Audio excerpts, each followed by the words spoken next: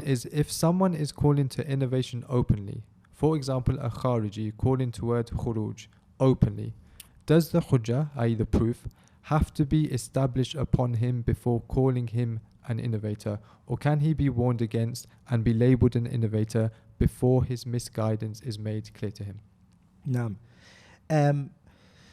The person who's been accused of Khawarijism, or somebody saying he's a Khariji, I feel like it's important and it's necessary. People need to verify, because some issues that I've seen people accuse others of being Khariji is not khuruj. It has nothing to do with Khawarijism.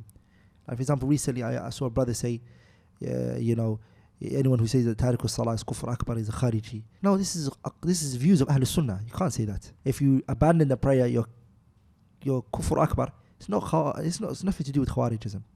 It's qawl min Ahl Sunnah, which is the strongest view of Ahl Sunnah.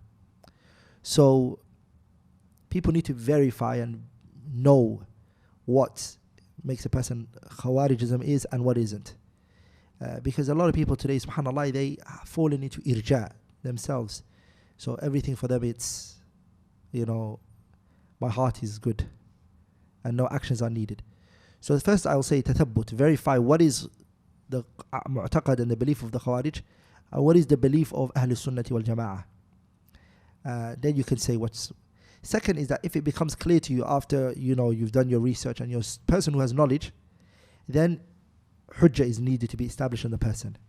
You have to prove to the person that their view is wrong and remove that doubt from the person and explain to them what is right from what is wrong.